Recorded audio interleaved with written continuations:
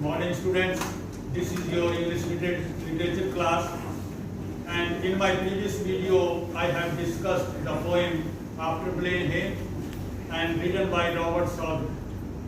So in this poem I have explained passage, stanza number 1 and stanza number 2. Today we will study the stanza number 3 and stanza number 4.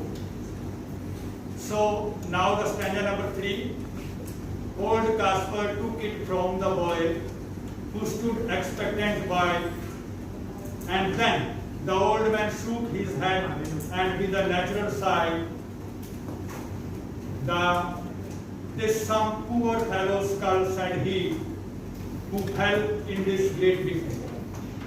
So here old Caspar took it from the boy. The old Caspar took that object from the boy who stood expectant by. So now old Caspar was quite old and experienced many things in his lifetime, and he took the object from the boy who was completely unaware and inexperienced. The boy stood expectantly, which means eagerly waiting for his grandfather to tell him what that object was. So his grandfather understands the horrors of God quite well. He is still not able to speak out against the bird, and thus the old man shook his head. The old man took the object and immediately knew what that object was and what it was. So he felt sad, he shook his head and sighed, and he is sorry because it was a human skull, and said that the skull belonged to some poor fellow, which means one of the many soldiers who were killed in that great victory. Great victory here refers to the Battle of Blenheim. Now stanza number 4.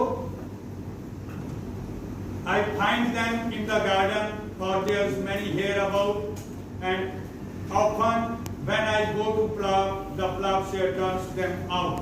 For many thousands men, said he, were slain in that great victory. Now Caspar says that he regularly finds such skulls in the garden because so many are buried here. And even when he ploughs the field, so it is a common occurrence to see skulls being brought up to the surface when the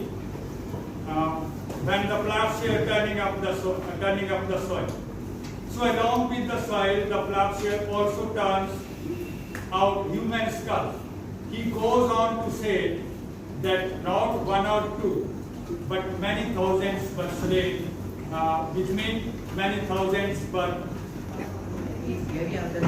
Now the stanza number 5. Now tell us what it was all about. Young Peterkin, he cries. And the little Wilhelmine looks up with wonder-waiting eyes. Now tell us all about the war and what they found each other for. So here we have seen in the previous stanzas that although effects of the war are horrifying, the old man still calling it a great victory, and this is what makes the grandchildren eager to know all about the war. So Peterkin is also excited that he cries out eagerly to his grandfather to tell him all about the war. His sister, little Wilhelmine, too thinks that she is going to hear a fantastic story. That's why she looks up at the Caspar with her eyes full of wonder. She is waiting for him to begin the story.